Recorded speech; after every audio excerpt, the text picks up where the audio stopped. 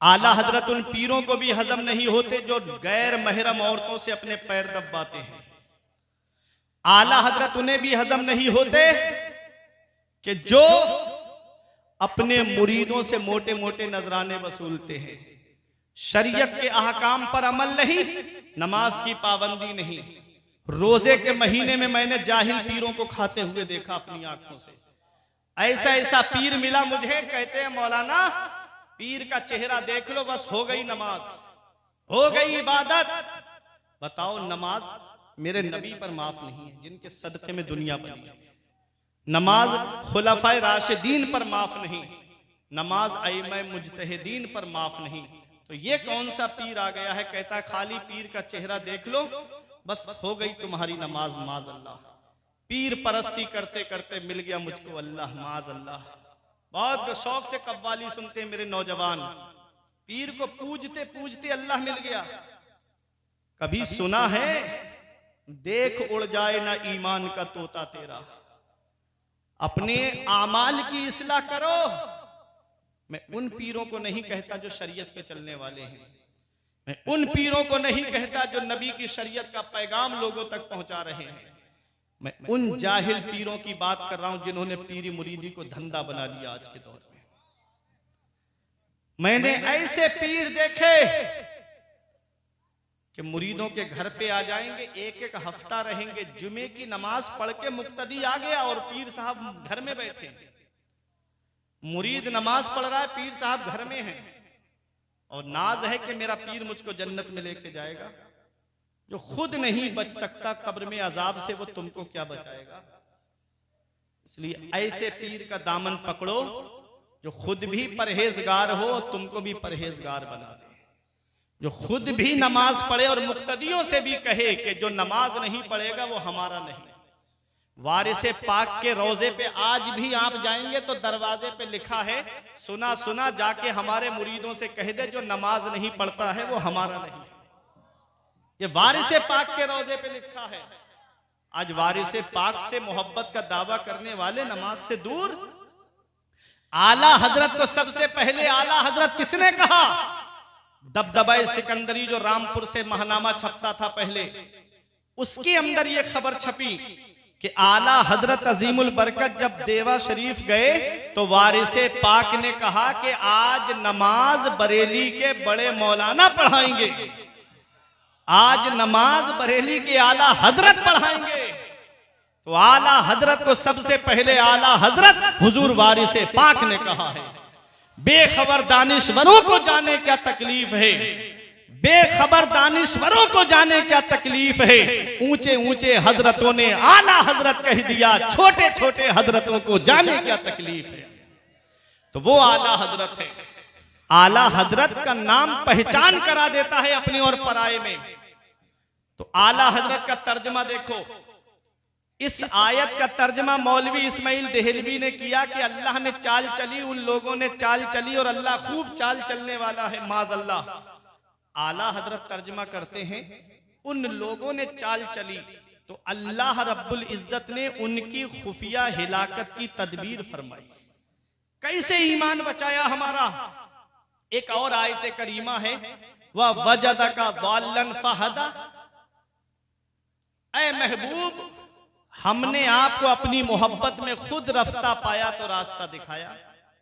इसका तर्जमा अशरफ अली थानवी ने किया है कि ऐ रसूल, हमने आपको गुमराह पाया तो रास्ता दिखाया। बताओ नबी गुमराह है? माज़अल्लाह। क्या कोई नबी गुमराह हो सकता है? जो लोगों को हिदायत का रास्ता दिखाने के लिए आए, उसके लिए कि नबी हमने आपको गुमराह पाया तो रास्ता दिखाया, माज़अल्लाह। आला हजरत का तर्जमा देखो, वो गद्दार मुस्तफ़ा हैं, ये वफादार मुस्तफ़ा हैं, ये आशिक मुस्तफ़ा हैं। तर्जमा करते हैं, ऐ महबूब, हमने आपको अपनी मोहब्बत में खुद रफ्ता पाया सो रास्ता दिखाया। ये आशिक मुस्तफ़ा का तर्जमा है, वो गद्दार मुस्तफ़ा का तर्जमा है। आला हजरत तुम्हारी ज़रूरतों का नाम है, आला हजरत तुम्हारी उमंगों का नाम है, आला हजरत उस इस्लामी सिपह सालार का नाम है जो इस्लामी लश्कर को हर वक्त ट्रेनिंग देता रहा कि अगर कोई कुरान का गलत तर्जमा कर रहा है तो अहमद रजा तुमको कंजुल ईमान दे रहा है, अगर कोई फतवे की बुनियाद पर तुम्हारे मिजाज को ठोकर मार रहा है तो अहमद रजा फतवा रज़विया तुमको दे रहा है, अगर कोई तकवियतुल ईमान लिख करके खबतुल ईमान की दलील पेश कर रहा है तो अहमद रजा तुमको तमहीद ईमान अता फरमा रहा है, अगर कोई तुम्हारे मिजाज को ठोकर मार रहा है तो अहमद रजा तुमको किताबों का अंबार अता कर रहा है। इमाम इश्क व मोहब्बत ने जगह जगह पहरे बिठाए हैं, जगह जगह हमारी रहनुमाई फरमाई है, जगह जगह हमारे ईमान व अकीदे की हिफाजत फरमाई है। वो आशिक मुस्तफ़ा है, वो मुहिब्बे मुस्तफ़ा है, वो दीवाना मुस्तफ़ा है। शायर ने पुकार करके कहा था कि डाल दी कल्ब में अजमत मुस्तफ़ा, डाल दी कल्ब में अजमत मुस्तफ़ा।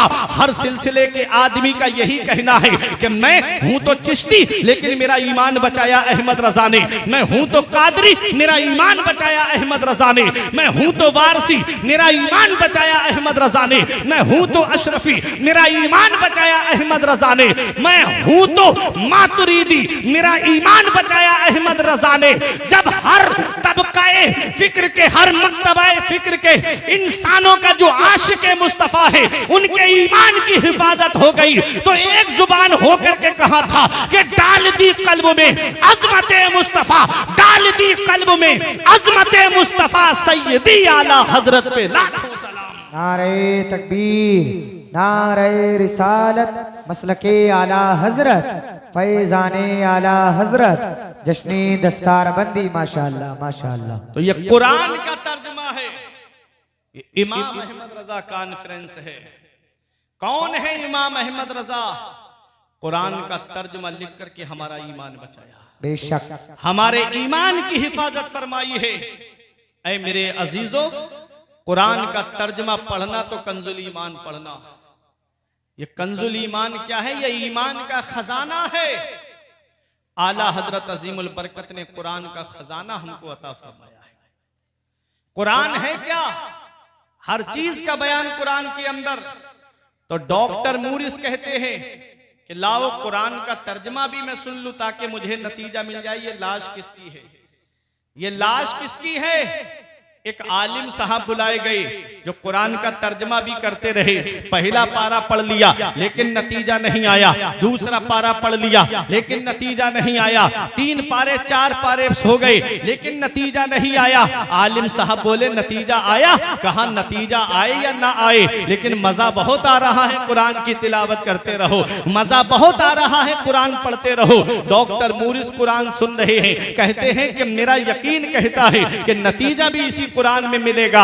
जैसे ही 11वें पारे में पहुंचे और जब इस आयत करीमा पर पहुंचे आलिम साहब, फल यौमा नुनज्जिका बिबदने का इला आखिर, ऐ फिरौन आज हम तुझे दरिया में डिबो रहे हैं और तेरी लाश को कयामत तक के लिए इबरत का निशान बना देंगे। डॉक्टर मूरिस कहते हैं ये लाश किसी और की नहीं है, ये लाश फिरौन की है। आज भी मिस्र के म्यूजियम में उसकी लाश रखी हुई है। अल्लाह ने कयामत तक के लिए उसकी लाश को इबरत का निशान बना दिया है। जो लोगों पे जुल्म करता है, जो लोगों को सताता है, जो लोगों पर जुल्म के पहाड़ तोड़ता है, अल्लाह उसको इबरत का निशान बना देता है। अल्लाह उसको इबरत का निशान बना देता है। देख लो फिरौन की लाश को। रब फरमाता है ऐ फिरौन आज हम तुझे दरिया में डिबो रहे हैं और तेरी लाश को कयामत तक के लिए इबरत का निशान बना देंगे। डॉक्टर मूरिस कहते हैं ये लाश किसी और की नहीं है, ये लाश फिरौन की है। लेकिन मैंने मोहम्मद की पूरी जीवनी पढ़ी है, उनकी पूरी सवाने हयात पढ़ी है। तो मोहम्मद तो कभी मिस्र आए नहीं, फिर ये उनको किसने बताया कि एक लाश मिस्र के दरिया में डूबी हुई है। मिस्र में एक दरिया नील है, उसी दरिया की एक शाख है दरिया कुलजुम, जिसके अंदर फिरौन को डिबो करके मार दिया गया था। देखो रास्ता एक है और गुजरने वाले दो हैं। एक उसी रास्ते से नमरूद, उसी रास्ते से फिरौन भी गुजर रहा है, उसी रास्ते से मूसा अलैहिस्सलाम और उनके लश्करी भी गुजरे हैं। रास्ता एक है, मूसा अलैहिस्सलाम गुजर गए, आपके साथी गुजर गए, लेकिन उसी रास्ते पर फिरौन डूब जाता है, उसके साथी डूब जाते हैं और अल्लाह फिरौन की लाश को इबरत का निशान बना देता है। बेशक बेशक बेशक बेशक। तो मेरे अजीजों, रास्ता नहीं बचाता है, रहबर बचाता है। रहबर ऐसा चुनो जो तुम्हें बचाए और मंजिल मकसूद पे लेके चला जाए। रास्ता एक ऐसा रास्ता है कि फिरौन भी उसी रास्ते से गुजर रहा है, मूसा पैगंबर भी उसी रास्ते से गुजर रहे हैं। फिरौन डूब गया, उसके साथी डूब गए, लश्करी डूब गए और मूसा पैगंबर उनके साथी निकल गए। क्या समझे? अल्लाह ने फिरौन की लाश को इबरत का निशान बना दिया। डॉक्टर मूरिस ने the Bible the Quran and science के अंदर यह दावा किया कि एक बड़ा सा आतिशकदा बनाया जाए और उसमें लकड़ियां भरी जाएं और उसमें आग लगा दी जाए। डॉक्टर मूरिस कहते हैं कि उस आग में आग लगाने के बाद में फिरौन की बॉडी को उस आग के अंदर डाला जाए, तब भी फिरौन के जिस्म को आग नहीं जलाएगी, क्योंकि उसके जिस्म को कयामत तक के लिए इबरत का निशान परवरदिगारे आलम ने बना दिया है, वो इबरत का निशान बना रहेगा। आज भी मिस्र के म्यूजियम में उसकी लाश रखी है। तो ये कुरान है, हर चीज का बयान कुरान में है। कुरान कहां नाजिल हुआ? रब फरमाता है, लौ अनज़लना हाज़ल कुरान अला जबल, अगर हम इस कुरान को पहाड़ पर नाजिल फरमाते, ला रअयतहु खाशिअम मुतसद्दिअम मिन खशियतिल्लाह, तो जरूर तू देखता कि पहाड़ रेजा रेजा हो जाता अल्लाह के खौफ से। कुरान का एक हर्फ भी अगर पहाड़ पर नाजिल हो जाए तो पहाड़ रेजा रेजा हो जाए अल्लाह के खौफ से। कुरान में जलाल है। कुरान पहाड़ पर नाजिल नहीं हुआ। जानते हो भजनपुर सैफनी वालों, ये कुरान है क्या और पहाड़ क्या है? पहाड़ के लिए रब कुरान में फरमाता है, वल जिबाला औतादा, हमने पहाड़ों को मेखे बनाया, पहाड़ों को कालम बनाया, पहाड़ों को कीले बनाया। जैसे एक तख्ता है ऐसे ही पड़ा है, उसको आप उठा के जिधर चाहोगे उधर रख दोगे। उसी तख्ते को आप चार पायों के ऊपर रख करके उसमें कीले गाड़ दो तो वो तख्ता हिलेगा नहीं। दीवान बना दिया जाए या तख्त बना दिया जाए तो वो जो ऊपर आपने पिलाई बोर्ड रखा, तख्ते रखे, वो हिलेंगे नहीं। ये कीले क्या हैं? ये तख्ते को रोकने के लिए उसका कालम है। मकान आपने बनाया, कोई दीवार आप मत लगाइए, बस कालम खड़े कर दीजिए, पूरा लिंटर आप उस पर रख दीजिएगा, आपका मकान नहीं हिलेगा। ये कालम आप समझ गए? जब अल्लाह ने जमीन को पैदा फरमाया तो जमीन को पानी के ऊपर पैदा फरमाया। पानी में ठहराव नहीं है, पानी हिलता रहता है। देखना तालाब में जाकर के देखना, नदी में देखना, पानी में ठहराव नहीं है, पानी हिलता रहता है। जब जमीन को पानी पर पैदा फरमाया तो जमीन हिलने लगी, ठहराव नहीं था। रब ने पहाड़ों की मेखें पैदा फरमाई, पहाड़ों को पैदा फरमाया, जमीन अपनी जगह ठहर गई। जमीन अपनी जगह ठहर गई। ये जो जलजले आते हैं ना, इसमें कई रिवायतें मिलती हैं कि उन पहाड़ों के जो जमीन के अंदर तने हैं ना, उन तनों को हिलाते हैं फरिश्ते तो जलजला आता है। तो ये पहाड़ कालम है, ये पहाड़ कीले हैं। वो मजबूत पहाड़ जो जमीन को रोके हुए हैं। आप तारागढ़ पे नहीं चढ़े होगे, पहाड़ नहीं देखा आपने कितना मजबूत होता है? हिमालय का पहाड़ कितना मशहूर है और कितना मजबूत होता है पहाड़। नैनीताल में आप जाते होगे तो पहाड़ नहीं देखे आपने, कश्मीर में आपने पहाड़ नहीं देखे, शिमला मसूरी में आपने पहाड़ नहीं देखे। कितने मजबूत होते हैं पहाड़ और कितने ऊंचे होते हैं। देखने में लगेगा पास में है, लेकिन चढ़ते चढ़ते कार से पूरा दिन लग जाता है। कितने मजबूत पहाड़ होते हैं। रब फरमाता है अगर हम कुरान को पहाड़ पर नाजिल फरमाते तो पहाड़ रेजा रेजा हो जाता। बेशक पहाड़ रेजा रेजा हो जाता अल्लाह के खौफ से। तो पहाड़ जैसी मजबूत चीज कुरान को ना उठा पाए। और आप देखिए हमारी कौम के ये 8-10 साल के बच्चों ने अपने सीने में 300 पारे महफूज कर लिए। सुभान अल्लाह। अरे बोलो मोहब्बत से सुभान अल्लाह। सुभान अल्लाह। जितनी खामोशी से पहली बार भजनपुर में मैं आज देख रहा हूं कि लोग तकरीर सुन रहे हैं। न तीसरी बार आया हूं, हसनैन भाई ने मुझे 3 बार बुला लिया मुझे, लेकिन बड़ी मोहब्बत से आप सुनते। लेकिन वक्त का भी तकाजा है ना, 12 बजे के बाद मुंह बड़ा होने लगता है, आंखें छोटी होने लगती हैं। इसका भी एक वक्त होता है ना तकरीर का भी। लेकिन अल्लाह आपको सलामत रखे कि इस वक्त भी आप रुके हुए हो। अल्लाह कुरान की बरकतें आपको अता फरमाए। आमीन। अल्लाह रब्बुल इज्जत आपके ईमान और अकीदे की हिफाजत फरमाए। आमीन। तो कुरान का एक हर्फ कुरान नाजिल हो जाए पहाड़ पर तो पहाड़ रेजा रेजा हो जाए। अल्लाह का कुरान कहता है अल्लाह राइतहु खाशिअम मुतसद्दिअम मिन खशियतिल्लाह, तो जरूर तू देखेगा कि पहाड़ रेजा रेजा हो जाएगा अल्लाह के खौफ से। तो जब पहाड़ जैसी मजबूत चीज कुरान को ना उठा पाए, कुरान के बोझ को बर्दाश्त ना कर पाए, तो हमारी कौम के छोटे छोटे बच्चों ने इस कुरान को अपने सीने में कैसे महफूज कर लिया। तो पहाड़ जैसी चीज रेजा रेजा हो जाए तो इनके सीनों को तो जल के राख हो जाना चाहिए, इनके सीनों को तो जल के खाकिस्तर हो जाना चाहिए। लेकिन क्या वजह है कि आपके भजनपुर सैफनी में भी कई हाफिज कुरान मिलेंगे जो कुरान पाक को आपको खड़े खड़े सुना देंगे। ये हमारे हाफिज हामिद रजा साहब हैं, ये कुरान के हाफिज हैं अल्हम्दुलिल्लाह। ये उलमाए किराम हैं, इनमें अक्सर आपको कुरान के हाफिज मिलेंगे।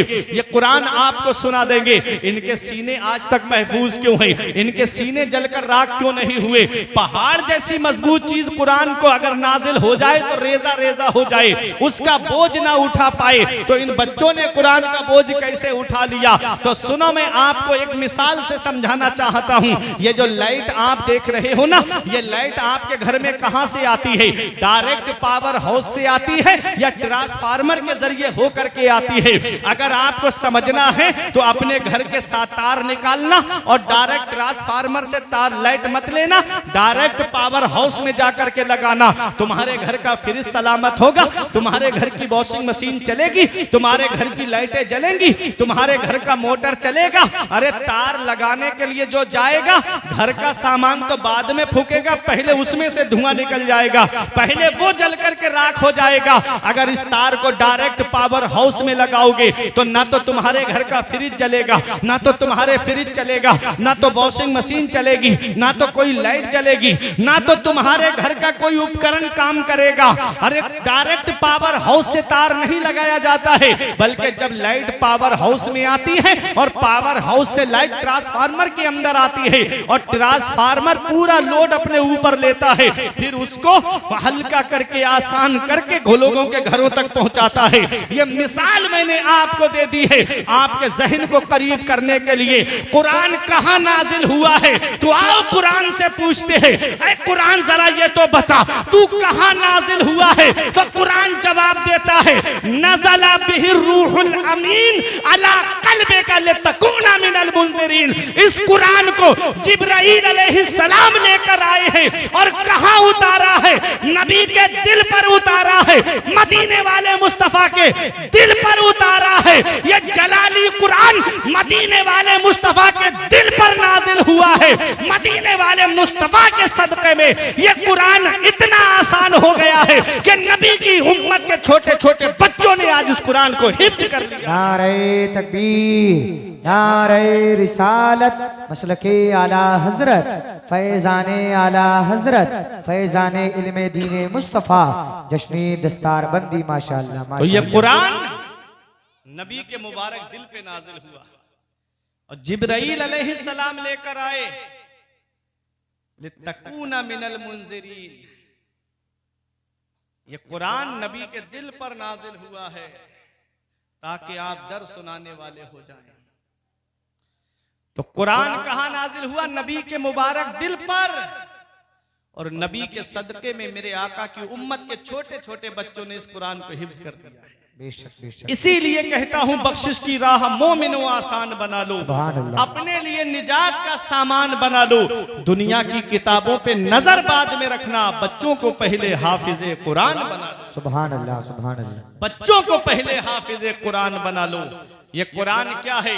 हम बीमार पड़ते हैं तो इलाज कराने डॉक्टर के पास जाते हैं। हमारी तबीयत खराब होती है, हम इलाज कराने के लिए मेडिकल पे जाते हैं, वहां से दवा लेते हैं। हमारी तबीयत खराब हो जाए, डॉक्टर की समझ में नहीं आता तो जांचें होती हैं। अगर बुखार 3-4 दिन लगातार आ जाए तो डॉक्टर जांचें कराता है, कहता है बुखार समझ में नहीं आ रहा है, कहीं टाइफाइड तो नहीं बन गया, कहीं मियादी बुखार तो नहीं हो गया, कहीं मौसमी बुखार तो नहीं है। डॉक्टर जांचें कराता है। कितने रुपए जांचों में खर्च हो जाते हैं। पेट में कोई तकलीफ हो तो अल्ट्रासाउंड होता है, कभी सीने में तकलीफ हो तो एक्सरा होता है। आप जरा देखो, जब हम बीमार पड़ते हैं तो कोई डॉक्टर के पास जाता है, कोई जाकर के हकीम से दवा लेता है, कोई अपने जिस्म की जांचें कराता है। ऐ मेरे प्यारे मुसलमानों, में एक बात आपसे पूछता हूं, कभी आपने ये सोचा है कि आज मेरा नमाजों में दिल नहीं लगता, लाओ मैं अपना इलाज कुरान से कराऊं? कभी आपके दिल में ये ख्याल आया कि आज मेरा रोजों में दिल नहीं लगता है तो मैं अपना इलाज कुरान से कराऊं? कुरान भी तो हकीम है।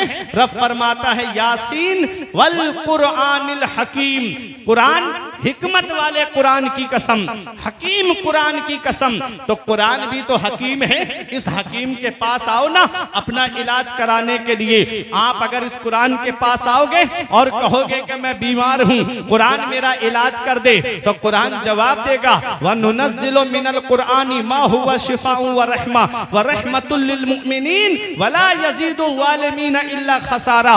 रब कुरान में फरमाता है हमने कुरान के अंदर शिफा नाजिल फरमाई है मोमिनों के लिए। तो कुरान में शिफा है। जो बीमारी डॉक्टरों से सही नहीं होती, जो बीमारी जांच से सही नहीं होती है, उसका इलाज कुरान पाक की आयतें करती हैं, उसका इलाज कुरान पाक करता है। बड़ी बड़ी बीमारियां कुरान करीम की तिलावत से ठीक हो जाती हैं, बड़ी बड़ी तकलीफें कुरान की तिलावत से ठीक हो जाती हैं। आज हम कुरान नहीं पढ़ते हैं, फजर की नमाज पढ़ी, मोबाइल लेकर बैठ गए, फजर के बाद में अखबार लेकर के बैठ गए, कौन से शहर में क्या हुआ है, कौन से इलाके में क्या हुआ है, कौन सी टीम जीती है, कौन सा नेता फला जगह क्या क्या काम कर रहा है। आज कुरान से हम दूर हो गए, कुरान की तालीम से हम दूर हो गए, कुरान की तिलावत से हम दूर हो गए। ऐ लोगों, आज जिस इमाम के हम मुक़ल्लिद हैं, इमाम आज़म अबू हनीफा के, कभी सोचा है वो इमाम हमारा कैसा था? कभी सोचा है वो इमाम के शब रोज कैसे गुजरते थे? कभी सोचा है इमाम की रातें कैसे गुजरती थी? इमाम आज़म अबू हनीफा ने 30 साल इस हाल में गुजारे हैं कि आप लगातार रोजे रखते थे। 30 साल ऐसे आपने गुजारे कि पूरी रात में एक मर्तबा कुरान पाक खत्म फरमाया करते थे। वो इमाम आज़म अबू हनीफा जिन्होंने हर रमजान शरीफ के महीने में 62 मरतबा कुरान पाक का खत्म फरमाते थे। 1500 दिरहम खर्च करके इमाम आज़म अबू हनीफा ने एक लिबास बनवाया था, कपड़े बनवाए थे, जिसे सिर्फ नमाज के लिए आप इस्तेमाल फरमाते थे। रात में जब अल्लाह की इबादत करने के लिए जाते तब उस लिबास को पहनते, खुशबू लगाते थे। वो इमाम आज़म अबू हनीफा है। अल्लाह अकबर, मेरे इमाम का जहां पर आज जिस्म दफन है, उस जगह पर इमाम आज़म अबू हनीफा ने 7000 मरतबा कुरान पाक का खत्म शरीफ फरमाया है। इमाम आज़म अबू हनीफा तो वो है जो रात में अल्लाह की इबादत करते तो नया उम्दा लिबास पहनते थे। 1500 दिरहम खर्च करके लिबास आपने बनवाया था। आज हमारा हाल ये है कि हम खेतों पे से काम करके आए, वही मैले कपड़े पहन करके नमाज पढ़ने चले गए, बाहर से काम करके आए, वही मैला लिबास पहन करके मस्जिद में नमाज पढ़ने चले गए। मस्जिद में जाओ तो नए कपड़े पहन करके जाओ। देखो अल्लाह का कुरान क्या कहता है, या बनी आदम खुजू ज़ीनतकुम इंदा कुल्ले मस्जिद। ऐ औलाद आदम, हर नमाज के लिए जीनत पकड़ो, हर नमाज के लिए उम्दा लिबास पहनो, हर नमाज के लिए जीनत पकड़ो। आज हम दावत में जाते हैं तो नए कपड़े पहन कर जाते हैं, शादी में जाते हैं तो नया लिबास पहन कर जाते हैं, पार्टी में जाते हैं तो नया लिबास पहन कर जाते हैं, किसी के बर्थडे में जाते हैं तो नया लिबास पहन कर जाते जाते हैं, किसी के साथ ससुराल में जाते हैं तो नया लिबास पहन करके जाते हैं, और जब मस्जिद में आते हैं तो पुराने कपड़े पहन करके, मैले कपड़े पहन करके। इमाम आजम अबू हनीफा फरमाते हैं कि लोगों के सामने जीनत पकड़ने से बेहतर है कि अल्लाह की इबादत के लिए जीनत पकड़ी जाए। आज जो उलमा के लिबास को देखते हैं कि मौलवी लिबास बहुत अच्छा पहनता है, मौलवी कपड़े बहुत अच्छे पहनते हैं, उनके कुर्ते की प्रेस नहीं टूटती है, ये उम्दा लिबास किस लिए पहनते हैं? रब कुरान में फरमाता है, ऐ औलादे आदम, तुम हर नमाज के लिए जीनत पकड़ो।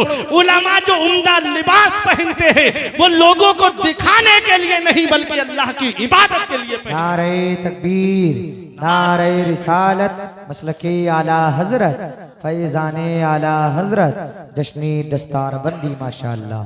तो अच्छा लिबास पहनो, अल्लाह की इबादत करो, खुशबू लगाओ अल्लाह की इबादत के लिए, बेहतर कपड़े पहनो अल्लाह की इबादत के लिए।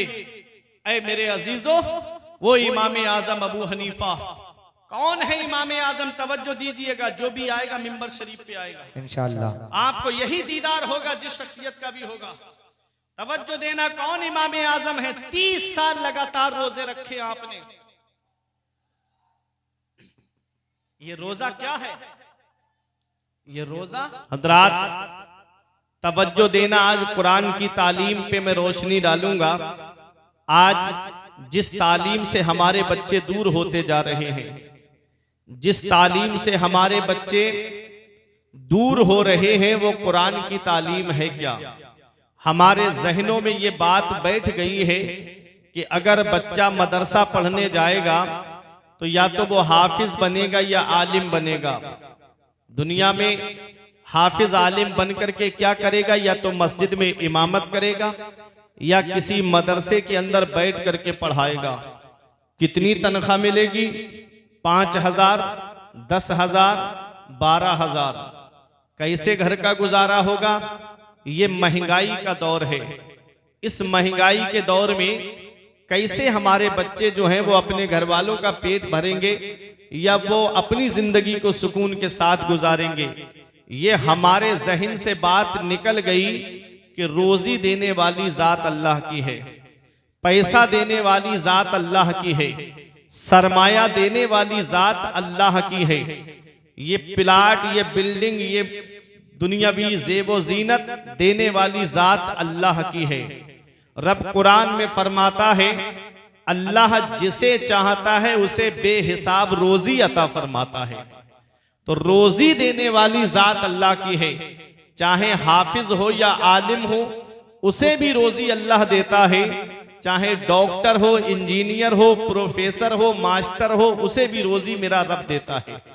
मैंने 50,000 की तनख्वाह पाने वालों को महंगाई का रोना रोते हुए देखा है और 10-15 हजार की इमामत पे गुजर कर बसर करने वाले हाफिज को, आलिम को अल्लाह का शुक्र अदा करते हुए देखा है। किसी आलिम, किसी हाफिज को आपने रोड पे धरना देते हुए नहीं देखा होगा। कभी आपने किसी आलिम या हाफिज को नहीं देखा होगा कि उन्होंने रोड जाम किया हो और ये कहा हो कि हमारी तनख्वाहें बढ़ाई जाएं। कभी कोई आलिम या हाफिज रोड पर नहीं आता है और मैंने बड़ी बड़ी जॉब करने वालों को रोड पे धरने देते हुए देखा। वजह उनका अल्लाह की जात पर मुकम्मल ईमान नहीं है। ये वो हैं, रब कुरान में फरमाता है, मन यत्तकिल्लाह यजअल लहू मखरजन व यरजुकहु मिन हैसु ला यहतसिब व मन यतवक्कल अलल्लाहि फहुवा हस्बु। रब फरमाता है, जो अल्लाह से डरता है अल्लाह उनके लिए निजात का रास्ता निकाल देता है और ऐसी जगह से रोजी अता फरमाता है जहां से बंदे का वहमो गुमान भी नहीं होता। बेशक बेशक। वमन यतवक्कल अलल्लाहि फहुवा हस्बु। जो अल्लाह पे भरोसा करता है अल्लाह उनके लिए काफी है। बेशक बेशक। तो हमारा भरोसा अल्लाह की जात पर है, हमारा ईमान अल्लाह की जात पर है, हमारा तवक्कुल अल्लाह की जात पर है, हमारा यकीन अल्लाह की जात पर है। वो राज़िक़ है, गिज़ा कीड़ों को देता है वो पत्थर में, भटकता फिरता है इंसान को रोजी के चक्कर में, उड़ाने भर हवाओं में या लगा गोते समंदर में, मिलेगा बस वही जितना के लिखा है मुकद्दर में। बेशक। नारे तकबीर, नारे रिसालत, मसलके आला हजरत फैजाने आला हजरत जश्न दस्तार बंदी माशाअल्लाह माशाअल्लाह। आज हमको चाहिए कि हम अपने बच्चों को कुरान पढ़ाएं, हमको चाहिए कि हम अपने बच्चों को पहले दीनी तालीम सिखाएं। जब दीनी तालीम वो हासिल कर ले, फिर उसके बाद चाहे डॉक्टर बनाओ चाहे इंजीनियर बनाओ, इस्लाम दूसरी तालीम हासिल करने से मना नहीं करता है। पैगंबर इस्लाम ने हजरत ज़ैद इब्ने हारिसा से फरमाया कि तुम इब्रानी जुबान को हासिल करो, उसकी जरूरत पड़ सकती है। अल्लाह अकबर। पैगंबर इस्लाम ने दूसरी जुबान सीखने का हुक्म फरमाया है, तो वो दूसरी जुबान चाहे इंग्लिश हो, चाहे हिंदी हो, चाहे संस्कृत हो, अगर इस्लाम के लिए उसकी जरूरत पड़ती है, मसाइल शरइया पहुंचाने के लिए उस जुबान की जरूरत पड़ती है, अपने शरीयत के अहकाम पहुंचाने के लिए उस जुबान की जरूरत पड़ती है, तो इस्लाम उस जुबान को हासिल करने के लिए मना नहीं करता है। मगर पहले अपने मजहब की तालीम सिखाओ, पहले अपने दीन की तालीम सिखाओ। हजरत अब्दुल्ला इब्ने मसूद फरमाते हैं, मन अरादल इल्म फअलैहि बिल कुरान, जो इल्म हासिल करने का इरादा करे, जो तालीम का इरादा करे, जो एजुकेशन का इरादा करे, जो शिक्षा का इरादा करे, उसे चाहिए कि वो सबसे पहले कुरान की तालीम हासिल करे, उसे चाहिए कि वो सबसे पहले कुरान पढ़े, क्योंकि कुरान वो अल्लाह की किताब है जिसमें हर चीज का बयान मौजूद है। कुरान वो अल्लाह की किताब है जिसमें हर चीज का जिक्र मौजूद है। हर चीज का बयान आपको कुरान के अंदर मिलेगा, हर चीज का जिक्र आपको कुरान के अंदर मिलेगा। हीरे कुरान के अंदर मौजूद है, मोती कुरान के अंदर मौजूद है, सदफ कुरान के अंदर मौजूद है, गौहर कुरान के अंदर मौजूद है। और जिस मरीज को दुनिया के डॉक्टरों ने इलाज कर दिया हो, उसकी शिफा भी कुरान के अंदर मौजूद है। लेकिन शर्त यह है, इतना इल्म होना चाहिए, शर्त यह है इतनी सलाहियत होनी चाहिए, शर्त यह है इतनी काबिलियत होनी चाहिए। कुरान पाक वो किताब है जिस पर लोगों ने रिसर्च करके, किसी ने समंदर से मोती निकाले, कुरान पर रिसर्च करके किसी ने जाकर के आसमान पे कमंदे डाली। कुरान वो अल्लाह की किताब है जिस पर लोगों ने रिसर्च करके हिदायत का रास्ता पा लिया। आप कहोगे मौलाना कोई दलील है तुम्हारे पास में, तो आओ मैं एक डॉक्टर का जिक्र आपको सुनाता हूं। नाम उनका मिलता है डॉक्टर मूरिस बुकैल। आप सुबह को जब जाएं तो अपने मोबाइल पर सर्च करिएगा, गूगल पर अभी नहीं, सुबह को जाकर के सर्च करना डॉक्टर मूरिस बैकली.com, तब आपको पता चलेगा डॉक्टर मूरिस हैं कौन। इन्होंने एक किताब लिखी है इंग्लिश में, the Bible the Quran and science. आज भी आपको दिल्ली की लाइब्रेरी में वो किताब मिल जाएगी। ये अमेरिका के अंदर शोबाए ज़राअत को पढ़ाते थे, एग्रीकल्चर के प्रोफेसर थे। एक दिन इनके वाइस चांसलर ने बुलाया और बुलाने के बाद कहा कि डॉक्टर मूरिस तुम ऐसा करो, मिस्र चले जाओ और वहां पर एक दरिया है जिसे दरियाए नील कहते हैं, उसके पानी पे जाकर के रिसर्च करो, उसके पानी पर जाकर के रिसर्च करो और सारा बायोडाटा हमारे पास लेकर के आओ, क्योंकि खेती बाड़ी के लिए एक सब्जेक्ट पानी भी है। बगैर पानी के खेती नहीं होती है, बगैर पानी के खेती परवान नहीं चढ़ती है। बगैर अब हैंडपंप से पानी, अब हैंडपंप पानी का इस्तेमाल होता है, नदी के पानी का इस्तेमाल होता है, नहर के पानी का इस्तेमाल होता है। पानी के बगैर खेती नहीं होती। रिसर्च ये करना है कि कहाँ का पानी ज्यादा उपजाऊ है, कहाँ का पानी कम उपजाऊ है, कहाँ के पानी से खेती ज्यादा लहलहाती है और कहाँ का पानी खेती को तबाह कर देता है। डॉक्टर मूरिस ने अपनी लिबर्टी गाह ली, डॉक्टर मूरिस ने अपनी तजर्बे गाह ली, डॉक्टर मूरिस अपनी लिबर्टी लेकर के और चंद साथियों को लेकर के मिस्र के अंदर आ गए और मिस्र में आकर के ठहर गए।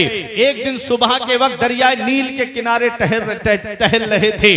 अचानक आपके पैर से एक लाश टकराती है, आपका पैर एक लाश के पैर से टकराता है। जब उस लाश को निकाला गया तो लंबी लाश थी, निकालते चले जा रहे हैं। इतने लंबे लोग अब तो नहीं नहीं पाए जाते हैं, ये लाश किसकी है? इतने लंबे लोग अब तो नहीं पाए जाते हैं। हैरत बढ़ती जा रही है, इस्तेजाब बढ़ता जा रहा है। डॉक्टर मूरिस उस लाश को अपने साथियों के साथ उठा करके लाए और ला करके अपनी लिबर्टी गाह में रखा, तजर्बे गाह में रखा और देखने लगे कि ये लाश किसकी लाश है। अल्लाह अकबर। जब उस लाश को देखा तो समझने लगे कि ये कोई धार्मिक मामला लगता है। इस लाश को पानी ने क्यों नहीं गलाया? अरे पानी तो वो चीज है जो सख्त से सख्त चीज को गला देता है, जो सख्त से सख्त चीज को गला देता है, लेकिन इसके जिस्म को क्यों नहीं गलाया? इंसान बेचता क्या है पानी के सामने? आज डूबेगा, शाम को फूल जाएगा, दूसरे दिन को फट जाएगा, तीसरे दिन को जिस्म रेजा रेजा होके पानी में हल हो जाएगा। इंसान की हैसियत क्या है? कहा कि अब इतने लंबे लोग तो पाए नहीं जाते हैं, इस लाश को पानी ने क्यों नहीं गलाया? चलो पानी ने मेहरबानी कर दी तो इसको मछलियों ने क्यों नहीं खाया, मगरमच्छों ने क्यों नहीं खाया? ये लाश आज अब भी सलामत है, इसके सर के बाल सलामत है, इसके भौं के बाल सलामत है, इसके जिस्म का गोश्त सलामत है, इसके जिस्म की हड्डियां सलामत है। ये कोई धार्मिक मामला लगता है। डॉक्टर मूरिस ने सोचा कि पता कैसे चलेगा ये लाश किसकी है। पूरी बाइबल पढ़ डाली लेकिन नतीजा नहीं मिला, पूरी इंजील पढ़ डाली लेकिन नतीजा नहीं मिला, पूरी तौरात पढ़ डाली लेकिन नतीजा नहीं मिला। फिर दिल में ख्याल आता है कि चलो कुरान भी तो धार्मिक किताब है, चलो कुरान पढ़ करके देख ले। फिर कहने लगे हमारे सेंटों ने बताया है, हमारे पोप ने बताया है, हमारे धर्म गुरु ने बताया है कि कुरान धार्मिक किताब नहीं है, कुरान मोहम्मद ने अपना बनाया हुआ, मोहम्मद का अपना बनाया हुआ कलाम है, ये खुदा का कलाम नहीं है। डॉक्टर मूरिस कहने लगे चलो एक बार कुरान सुन करके तो देख ले, शायद नतीजा मिल जाए। देखो जो बात डॉक्टर मूरिस के सेंटों ने बताई थी वही बात कुफारे मक्का बोलते थे। जब नबी ने कुरान पढ़ करके सुनाया, नबी पर सबसे पहली वही कौन सी नाजिल हुई थी? नबी पे सबसे पहली वही जो नाजिल हुई गारे हिरा के अंदर, तो ना तो नमाज का हुक्म सबसे पहले आया, ना रोजे का हुक्म सबसे पहले आया, ना हज का हुक्म सबसे पहले आया, ना ज़कात का हुक्म सबसे पहले आया। नबी पे सबसे पहली वही नाजिल होती है। तो इकरा, पढ़िए पढ़िए पढ़िए, पढ़ने के ताल्लुक से सबसे पहली वही नाजिल होती है। लेकिन भजनपुर वालों अफसोस होता है जिस कौम के पैगंबर पर सबसे पहली वही पढ़ने के ताल्लुक से आई है, आज उसी पैगंबर की उम्मत के चंद लोग तालीम से दूर हो गए, एजुकेशन से दूर हो गए, शिक्षा से दूर हो गए, कुरान की तालीम से दूर हो गए, हदीस की तालीम से दूर हो गए। जब नबी ने मक्के में ऐलान नबुव्वत फरमाया तो कितने लोग लिखना पढ़ना जानते थे? सिर्फ 17 लोग लिखना पढ़ना जानते थे।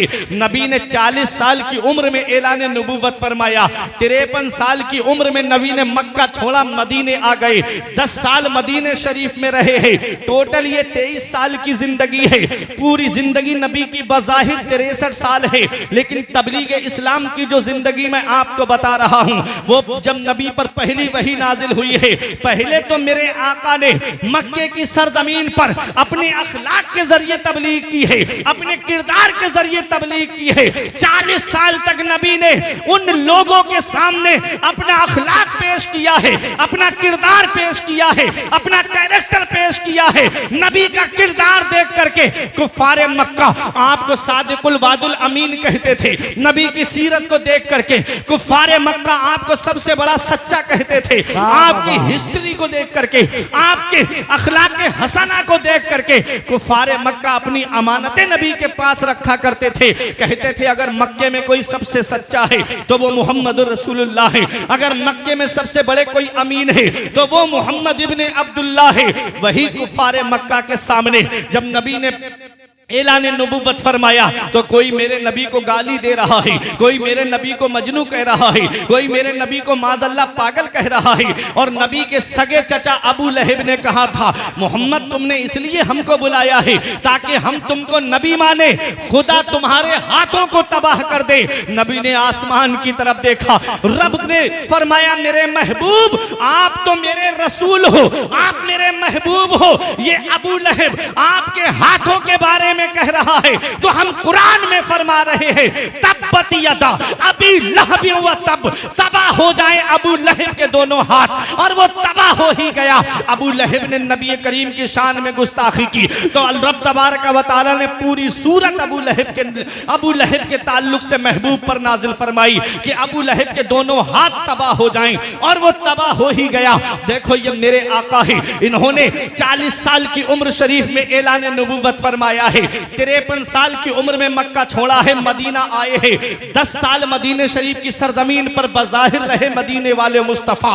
ये 23 साल की मुद्दत में पैगंबरे इस्लाम ने तालीम को ऐसा फरोग दिया है कि जब आका हज्जतुल वदा के मौके पर आखिरी खुतबा देते हैं तो 1.25 लाख सहाबाए किराम के पास में तालीम थी और उनके हाथ में कलम था। नारे तकबीर, नारे रिसालत, मसलके आला हजरत, फैजाने आला हजरत, इमाम अहमद रजा कॉन्फ्रेंस, जश्न दस्तार बंदी, मौलाना फुरकान रजा साहिब किबला मंजरी, माशाअल्लाह। तो तालीम कितनी जरूरी है। सुभान अल्लाह। सबसे पहली वही नबी पर नाजिल हुई तो पढ़ने के ताल्लुक से हुक्म आया, पढ़िए बेशक पढ़िए। मतलब मेरे महबूब, जब तुम्हारी उम्मत के पास में तालीम होगी तो वो नमाज के करीब होंगे जी, जब तुम्हारी उम्मत के पास में तालीम होगी तो वो रोजे के करीब होंगे, बेशक जब तुम्हारी उम्मत के पास में तालीम होगी तो वो ज़कात को उसके वक्त पर अदा करेंगे, जब तुम्हारी उम्मत के पास में तालीम होगी तो वो हज के उसके अरकान के साथ में अदा करेंगे। आज हम तालीम से दूर हो गए, आज हम एजुकेशन से दूर हो गए। नबी ने कुरान पढ़ करके मक्के वालों को सुनाया तो कुफारे मक्का कहते थे कि ये कलाम मोहम्मद का अपना बनाया हुआ कलाम है, ये खुदा का कलाम नहीं है। जब कुफारे मक्का ने ये कहा कि ये मोहम्मद का अपना बनाया हुआ कलाम है तो सबसे पहला चैलेंज 15वें पारे में किया गया, कुल इन इज्तमाअतिल जिन्न वल इंस अला अन यातू बिमिस्ली हाज़ल कुरान ला यातूना बिमिस्ली वलौ काना बादुहुम लिबादिन ज़हीरा। रब फरमाता है महबूब इनसे कह दो कि तमाम इंसान और तमाम जिन्न जमा हो जाएं इस बात पर कि वो इस कुरान की मिस्ल ले आएं, ला यातूना बिमिस्ली, इस कुरान की मिस्ल हरगिज नहीं ला पाएंगे, वलौ काना बादुहुम लिबादिन ज़हीरा, अगरचे उनमें का बाज की मदद क्यों ना करे, अगरचे उनमें का बाज का ताउन क्यों ना करे, इस कुरान की मिस्ल नहीं ला पाएंगे। पूरे सारे कुफारे मक्का खामोश हो गए, उनका नातिका बंद हो गया। तो चैलेंज और हल्का कर दिया गया। 11वें पारे में दूसरा चैलेंज है, रब फरमाता है महबूब इनसे कह दो कि पूरे कुरान में 114 सूरतें हैं, इनसे कह दो कि 10 सूरतों की मिस्ल बना करके ले आए, बेअशरे सुवरिम मुफ्तरायात, 10 सूरतों की मिस्ल बना करके ले आए। कुफारे मक्का को जब नबी ने ये आयत करीमा पढ़ करके सुनाई, इसका भी जवाब वो न ला सके तो चैलेंज और हल्का कर दिया गया। ना तो वो पूरे कुरान की मिस्ल ला पाए, ना 10 सूरतों की मिस्ल ला पाए, तो चैलेंज और हल्का कर दिया गया।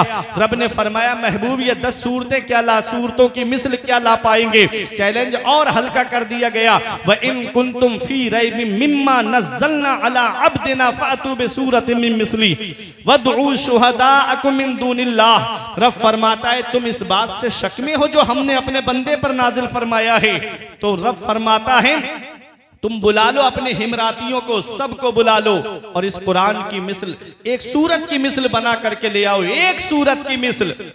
रब फरमाता है एक सूरत की मिस्ल बना करके ले आओ। पूरे कुरान में सबसे छोटी सूरत सूरह कौसर है, इन्ना अअतैना कल कौसर। उस छोटी सी सूरत को लिख के काबे की दीवार पे टाक दिया गया और ऐलान कर दिया गया इस सूरत की मिस्ल बना करके ले आओ। सबसे छोटी सूरत है, जो भी आए और पढ़ करके मुंह दबा करके चला जाए, जो आए पढ़े और मुंह दबा करके चला जाए। एक बहुत बड़े अरबी के शायर को पकड़ करके लाए जो बादशाहों के दरबार में फिल बदी अरबी में अशआर कह दिया करता था, फौरन अरबी में अशआर बना करके कसीदा पूरे कसीदे पढ़ दिया करता था। उसका हाथ पकड़ करके लाई और कहा कि तू इसकी मिस्ल अगर बना देगा, चंद जुमले भी अरबी के जोड़ देगा तो हम सीना तान के कहेंगे कि देखो ये तुम्हारा अपना बनाया हुआ कलाम है। जब उस शायर को पकड़ के काबे की दीवार के साए में लाए, कहा कि इसको पढ़ और इसकी मिसल बना दे। उसने पढ़ा इन्ना अतैना कल कौसर, तो बेसाख्ता पुकारता है हाज़ल कलामो लैसा बेबशर, ये कलाम किसी इंसान का नहीं है, ये तो परवरदिगारे आलम का कलाम है। तेरे आगे यूं है तबे लचे फुसहा अरब के बड़े बड़े, तेरे आगे यूं है तबे लचे फुसहा अरब के बड़े बड़े, कोई जाने के मुंह में जुबान नहीं बल्कि जिस्मों में जान है। नारे तकबीर, नारे रिसालत, मसलके आला हजरत, फैजाने आला हजरत, जश्ने दस्तारबंदी, इमाम अहमद रजा कॉन्फ्रेंस। माशाअल्लाह माशाअल्लाह। ये कुरान है, इसकी मिसल ना कोई कल ला पाया था, ना आज ला पाया है, ना सुबह कयामत तक कोई ला पाएगा। बेशक बेशक। और कुरान का कोई एक ज़ेरो ज़बर भी नहीं बदल सकता, कुरान का कोई एक नुक्ता भी नहीं बदल सकता। एक आया था बदलने की बात करने वाला खुद ही बदल गया और निकल गया है। कौले मोहम्मद कौले खुदा, फरमान ना बदला जाएगा, बदलेगा जमाना लाख मगर कुरान ना बदला जाएगा। ये हमारा कुरान है, हर चीज का बयान इस कुरान के अंदर मौजूद है। डॉक्टर मूरिस कहते हैं कि लाओ कुरान भी तो धार्मिक किताब है, लाओ उस कुरान को भी तो पढ़ लिया जाए। एक आलिम को बुलाया जाता है जो उसका तर्जमा करता हुआ चले, एक आलिम को बुलाया जाता है जो साथ साथ उसका तर्जमा भी बताता हुआ चले। अल्लाह अकबर। आज तर्जमे बहुत चल रहे हैं। आदमी इतना याद रखना, सोशल मीडिया पर आदमी यूट्यूब खोलता है कुरान का तर्जमा सुनने के लिए। याद रखना, हर दाढ़ी टोपी वाला मौलाना नहीं होता है, हर दाढ़ी टोपी वाला आलिम नहीं होता है। सोच समझ करके कुरान का तर्जमा सुना करो। जब भी आप यूट्यूब पर तर्जमा लिख करके डालोगे तो तर्जमा बयान करने वाले कोई और आ जाते हैं। जब भी तर्जमा सुनना तो कंजुल ईमान सुनना, जब भी तर्जमा सुनना तो इमाम अहमद रजा खान का तर्जमा सुनना। ये इमाम अहमद रजा कॉन्फ्रेंस है। इमाम अहमद रजा खान के तर्जमे में क्या है? उसमें इश्क़ रसूल का पैगाम दिया गया है, नबी से मोहब्बत का पैगाम दिया गया है। आप कहोगे कोई सबूत कोई दलील है, तो मैं आपको बताता हुआ चलूं। औरों के तर्जमे को देख लीजिएगा और आला हजरत के तर्जमे को देख लीजिएगा। जैसे आसमानी किताबों में कुरान का कोई जवाब नहीं है और कुरान के तर्जुमों में कंजुल ईमान का कोई जवाब नहीं। बेशक। नारे तकबीर, नारे रिसालत, मसलके आला हजरत, फैजाने आला हजरत, जश्ने दस्तारबंदी। माशाअल्लाह। और ये तर्जमा कैसा लिखा मेरे इमाम ने, कैसे लिखा कुरान का तर्जमा मेरे इमाम ने। अल्लामा सदरुश्शरिया बहार शरीयत के मुसन्निफ, जिन्होंने बहार शरीयत को लिखा है, वो आला हजरत के पास आते हैं, कहते हैं हुजूर तराज में कुरान की कमी नहीं है, कुरान के तर्जमों की कमी नहीं है। कुरान के तर्जमे कई लोगों ने किए हैं, लेकिन हुजूर हम चाहते हैं कि एक तर्जमा आप भी कर दीजिए कुरान पाक का। तो आला हजरत कहते हैं फकीर के पास इतना मुकम्मल वक्त नहीं है कि मैं कुरान का तर्जमा करने के लिए वक्त लाऊं। कहां से वक्त लाऊं? मेरे पास इतना वक्त नहीं है। सिर्फ एक वक्त है कि जब मैं दोपहर का खाना खाता हूं तो थोड़ी सी देर कैलूला के लिए लेटता हूं, सुन्नत अदा करने के लिए। कैलूला के लिए जब लेटता हूं वही वक्त फकीर के पास में है। बाहर से जो फतावे आते थे उनका जवाब लिखते थे आला हजरत। 500 फतावा का जवाब देते थे मेरे इमाम। अल्लाह अकबर। जरा सुनो तो सही, दिन में मदरसे में पढ़ाना है, तालीम भी देनी है, मुरीद आ रहे हैं उनसे मुलाकात भी करनी है, कोई हाजतमंद आ रहा है उसकी हाजत को भी पूरा करना है। अल्लाह अकबर। इतनी बिजी लाइफ थी मेरे इमाम की। कहते हैं कि कोई ऐसा वक्त तो नहीं है मेरे पास में कि मुकम्मल वक्त निकाल सकूं। सिर्फ कैलूला के वक्त जो मेरे पास में वक्त है, खाना खा करके थोड़ी देर लेटता हूं, वही वक्त है। अगर उस वक्त में आप आना चाहो तो आ जाओ। अल्लामा सदरुश्शरिया ने सोचा कि ये वक्त बहुत अच्छा है। जब जैसे ही आला हजरत खाना तनाबुल फरमा के जोहर की नमाज के पहले नमाज पढ़ते, फिर खाना खाते, फिर थोड़ी देर कैलूला के लिए लेटते थे। एक दिन पहुंच गए कागज और कलम लेकर के अल्लामा सदरुश्शरिया, और ये मुबारक काम भी शुरू हो जाता है।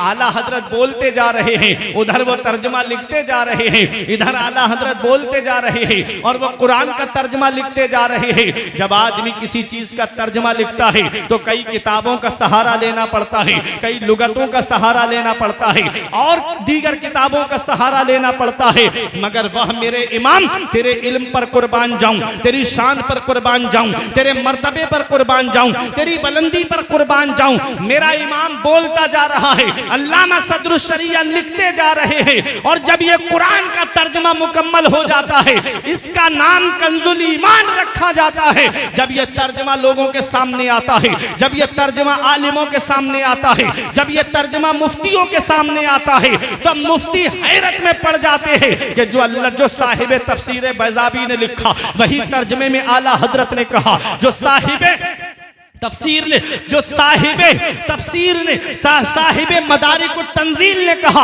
वही तर्जमे में इमाम अहमद रजा खान ने कहा है। ये आला हजरत का तर्जमा है जो मुहावरे से भी मिल रहा है और जुबानो लुगत से भी मिल रहा है। ये इमाम अहमद रजा खान का तर्जमा है। अब आप कहोगे इनके तर्जमे में क्या खासियत है, तो सुनो, आओ मैं उनके तर्जमे आपको बता दूं। एक आयत करीमा है, रब कुरान में फरमाता है कि ऐ महबूब, हमने आपको फतेह मक्का दे दी ताकि अल्लाह आपके सदके में आपकी उम्मत के अगले पिछले गुनाह माफ कर दे। सूरह फतह की पहली आयत है, इसका तर्जमा मौलवी अशरफ अली थानवी ने किया। ऐ नबी, अल्लाह ने आपको फतेह मक्का दे दी ताकि अल्लाह आपके अगले पिछले गुनाह माफ कर दे। माज अल्लाह, बताओ नबी से कोई गुनाह हो सकता है? नबी मासूम होते हैं, नबी से कोई गुनाह नहीं हो सकता। और अशरफ अली थानवी ने तर्जमे में लिखा, ऐ नबी, अल्लाह ने आपको फतेह मक्का दे दी ताकि अल्लाह आपके अगले पिछले गुनाह माफ कर दे।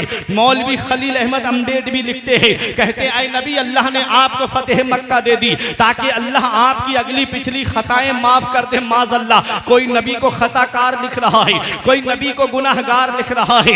ये आला हजरत का तर्जमा है, इमाम इश्क व मोहब्बत का तर्जमा है, वो गद्दार मुस्तफा का तर्जमा है, ये वफादार मुस्तफा का तर्जमा है, ये आशिके रसूल का तर्जमा है। आला हजरत तर्जमा करते हैं, ऐ गैब की खबरें देने वाले नबी, अल्लाह ने आपको फतेह मक्का दे दी ताकि अल्लाह आपके सदके में आपकी उम्मत के अगले पिछले गुनाह माफ फरमा। नारे तकबीर, नारे रिसालत, मसलके आला हजरत, फैजाने आला हजरत, जिंदाबाद जिंदाबाद, माशाअल्लाह। ये मेरे इमाम का तर्जमा है। अब एक आयत का तर्जमा और सुनो, मकरू व मकर अल्लाह वल्लाहु खैरुल माकिरीन। इसका तर्जमा मौलवी अशरफ अली थानवी ने किया, अल्लाह ने चाल चली, उन लोगों ने चाल चली, और अल्लाह खूब चाल चलने वाला है। माज़अल्लाह, ये तर्जमे हैं।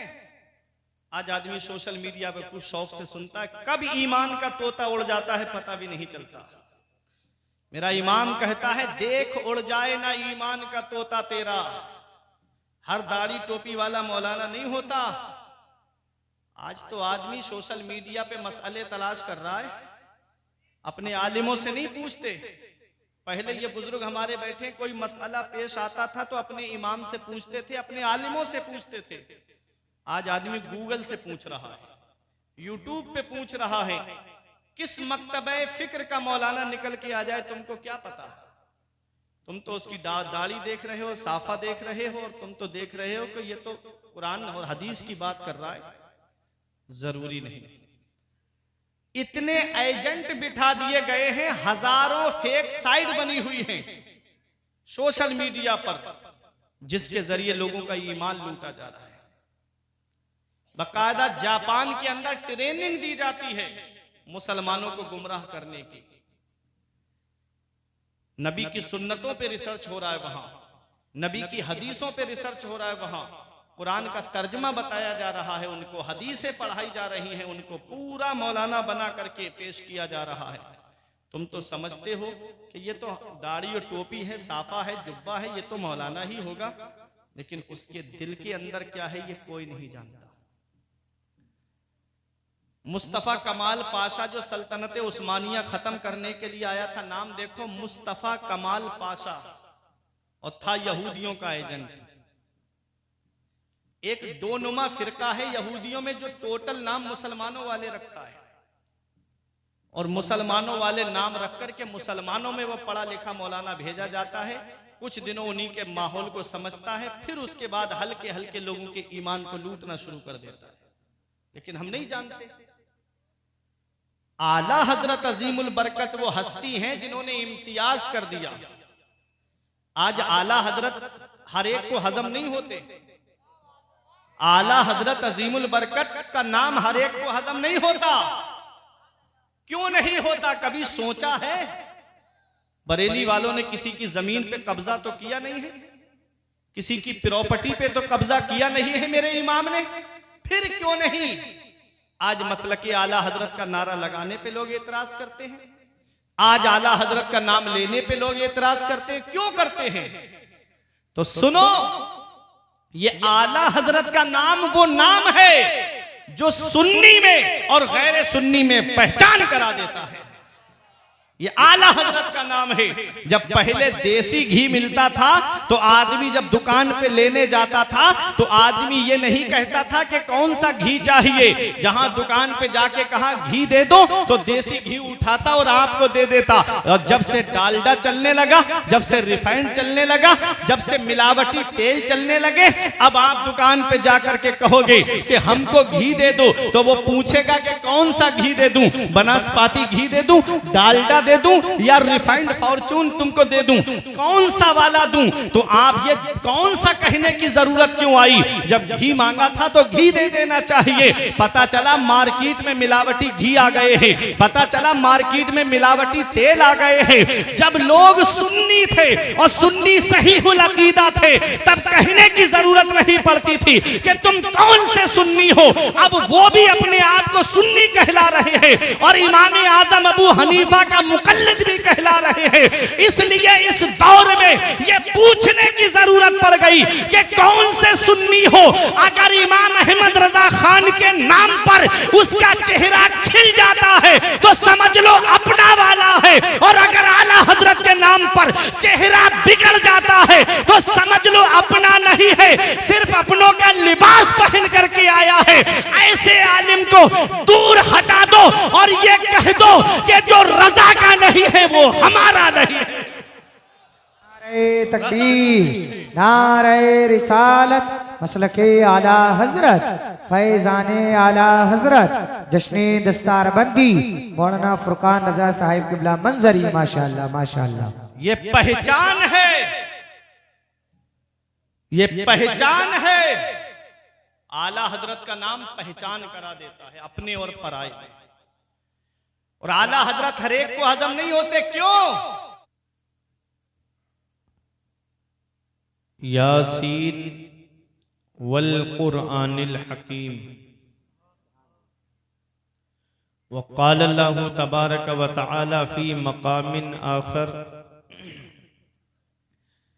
यरफ़इल्लाहु अल्लज़ीना आमनू मिनकुम वल्लज़ीना ऊतुल इल्म दरजात। आमन्तु बिल्लाहि सदक़ल्लाहुल अज़ीम व सदक़ रसूलुहुन नबियुल अमीनुल करीम व नहनु अला ज़ालिका लमिनश शाहिदीन व शाकिरीन वल्हम्दुलिल्लाहि रब्बिल आलमीन।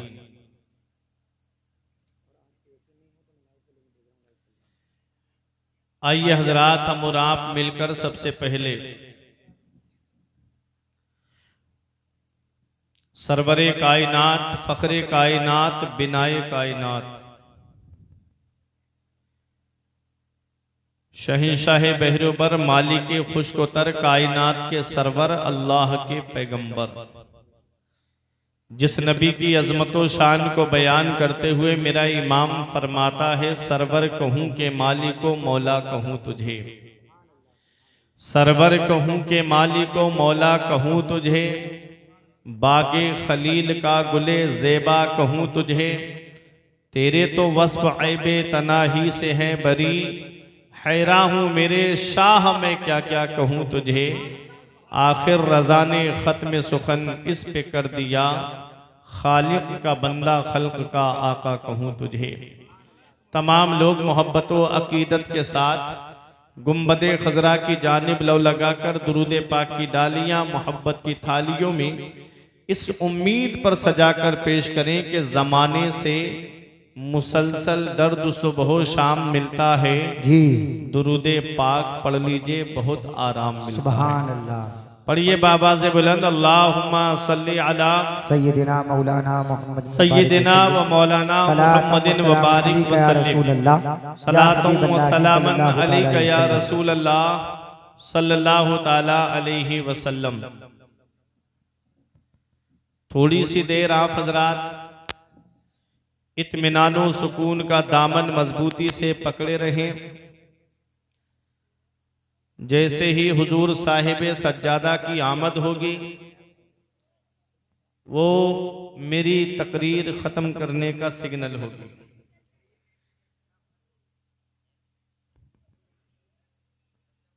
ये अफरा तफरी का माहौल, ये बातों का माहौल तकरीर के दौरान आप हजरात बंद कर दें,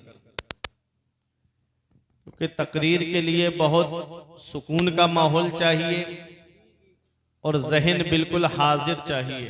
बेशक बेशक। कोई एक भी लफ्ज ऐसा निकल गया कि जिससे तौबा लाजिम आई तो बोलने वाले पर तो आएगी ही तौबा, लेकिन सुनने वाले भी नहीं बचेंगे। इसलिए जहन को बिल्कुल हाजिर रखना और कोई अफरा तफरी का माहौल पैदा मत करना। बार बार नकीब अहले सुन्नत आप हजरात को आगे बुलाते हैं तो आप समझते होगे पता नहीं आगे बुलाने में शायद इनका फायदा है। ये मामला नहीं होता है, बल्कि ये जो 50-50 ग्राम की बटियां आप आगे बढ़ा देते हो, ये आगे न खुद सुनते हैं और न पड़ोसियों को सुनने देते हैं। इसलिए आगे बुलाया जाता है ताकि तकरीर को आप सुकून के माहौल में सुन लें। आपकी मर्जी है। बुजुर्गों ने तो हमारे फरमाया था कि जब मस्जिद में जाओ तो मिंबर के करीब बैठो और जब मजलिस में जाओ तो मिंबर के करीब बैठो। सुभान अल्लाह। फायदा क्या है? अन नजरो इला वजहिल आलिम इबादा, आलिम का चेहरा देखना इबादत है और चेहरा करीब से अच्छा दिखता है ना कि दूर से अच्छा दिखता है। तो आप जहां भी बैठे हैं बैठ करके सुने। ये दस्तार बंदी का प्रोग्राम है। बड़ी मेहनतें की हैं हसनैन भाई ने और हमारे कासिम भाई ने। अल्लाह रब्बुल इज्जत इनकी मेहनतों को अपनी बारगाह में कबूल फरमाए, आमीन। 7 सागर पार की तालीम ने रुसवा किया जी। 7 सागर पार की तालीम ने रुसवा किया। कामयाबी चाहिए कुरान सिखाना चाहिए। बेशक बेशक। कामयाबी चाहिए कुरान सिखाना चाहिए और बख्शिश की राह मोमिनो आसान बना लो। सुभान अल्लाह। अपने लिए निजात का सामान बना लो। दुनिया की किताबों पे नजर बाद में रखना, बच्चों को पहले हाफिज़े कुरान बना। सुभान अल्लाह। नारे तकबीर, नारे रिसालत, मसलके आला हजरत, फैजाने आला हजरत, जश्ने दस्तारबंदी। माशाअल्लाह माशाअल्लाह। दुनिया की किताबों पे नजर बाद में रखना, बच्चों को पहले हाफिज़े कुरान बना लो।